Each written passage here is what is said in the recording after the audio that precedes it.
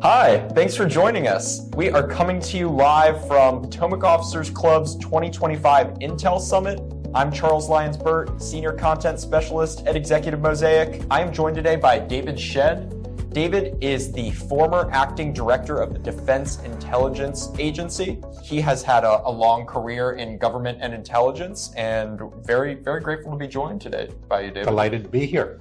Absolutely. So I have a few questions for you. David is about to be on a panel discussion about research security in the era of strategic competition with China. And just curious, after, I guess, just taking a step back, after all of your years of, service in the intelligence community, how do you view the intelligence landscape right now? Well, since I retired from government service after about 33 years in early 2015, I have seen a sea change. And it's largely around the whole issue of data and the technology that goes with it. But it's a little bit like a chicken and the egg question. Which comes first, the technology in order to address data, or the data acquisition in terms of then having technology that processes that data? Sure. We are in a tsunami of data, and we all know that.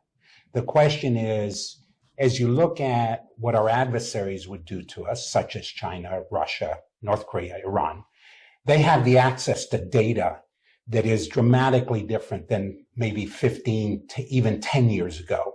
And so I've seen a significant change there.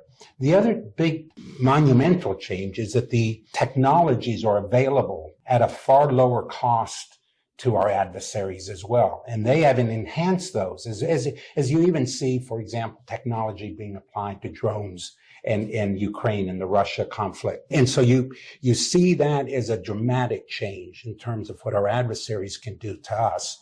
And then the advent of the artificial intelligence, and I think on the pathway eventually to quantum, and the ability to process enormous amounts of data in virtually real time, even as we all go to looking at ChatGPT and other ways of the machine learning piece of it as well.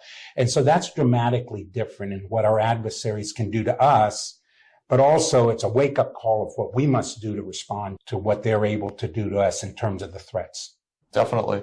Well, let's zero in on China a little bit, especially given the panel discussion that's upcoming. What do their advancements and aggression mean for the U.S.? And maybe also tell us a little bit about an exciting book that you have coming out about the subject. Well, let me start with the book because it informs the first part of your question. The book, which is The Great Heist, China's Epic Campaign to Steal America's Secrets, which is to be published by HarperCollins on the 2nd of December.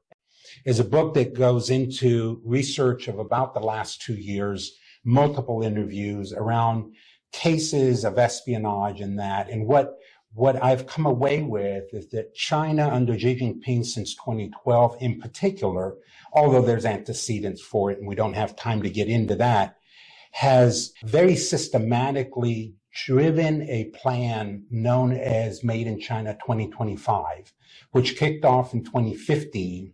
In which he was going to seek for, at a minimum, parity with the United States, and at best for them, advances beyond what the United States can do. And you see that in areas such as hypersonics and other areas. How have they done this? Obviously, it's a huge labor supply market. It's got manufacturing capabilities and all of that. We don't take anything away from what China has. But the intellectual property that they've stolen in order to leapfrog a modern version of the Great Leap Forward is unquestionably the reason for their tremendous advancements in multiple areas of technology, green energy as we've seen it, the electric car world of BYD versus Tesla and all of that. And good portions of that was taking that intellectual property from the United States and more broadly from the West in order to advance those capabilities to be at a minimum parity with the United States as a strategic competitor, and then at worst in terms of leaping ahead of us as to where they are. And it's been very systematic. I like to call it the catch and then to cage and then to kill. What they do is they go after the IP and the know-how of innovation in the West. Mm-hmm. They bring it into the country, whether it was through investments that were already done in China or brought in by stealing it here in the United States or elsewhere. Then they cage it. That is, they then make it Chinese, if you will, and then they kill the competition.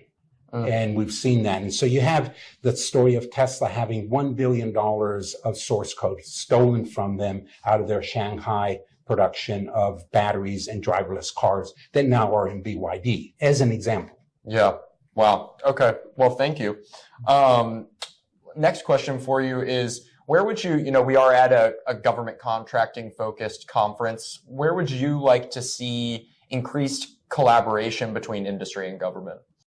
I think there are multiple areas where that can be done. And I would focus in on those areas because one of the changes, going back to your initial question about the changes I've seen in the last 10, 11 years since being out of government, is the preponderance of innovation in the private sector.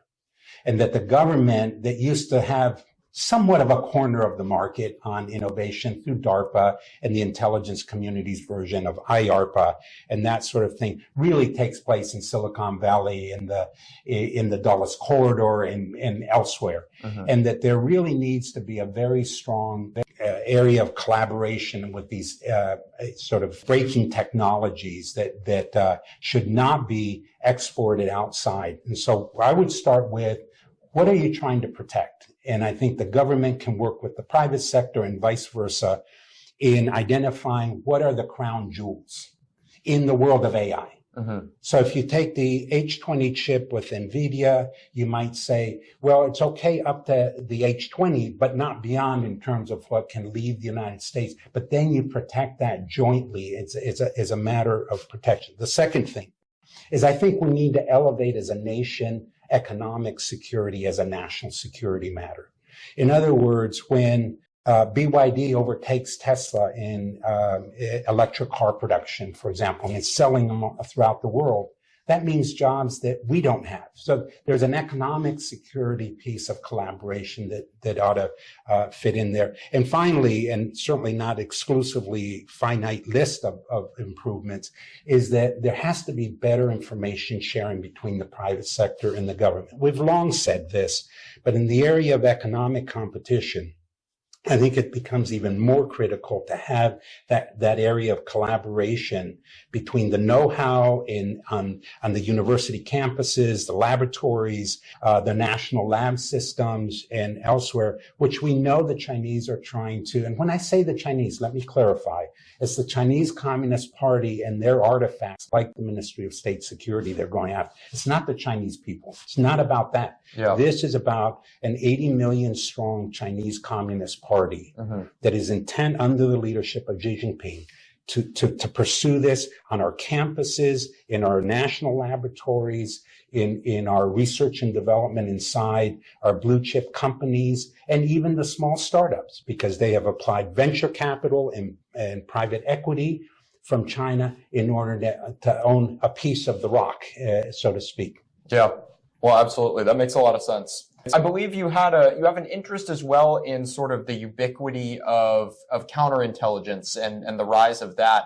Can you speak a little to that? Sure. When I say it's ubiquitous, is that because technology allows for access to information, and you think of, for example, trying to protect our health records, and you'd say, why would China want our health records?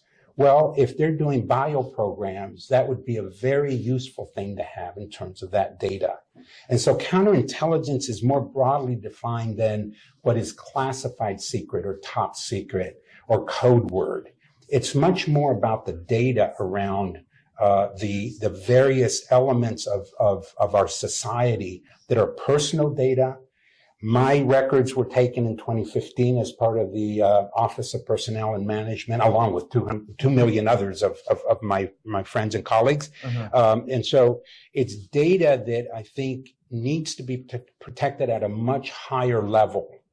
And so the counterintelligence needs to be broadly defined, or more broadly defined than we've traditionally defined it as being information that's already classified that we must protect. And we still need to do that part. But when I talk about there could be unclassified sort of pearls and gems of information that we simply do not want an adversary to get their hands on.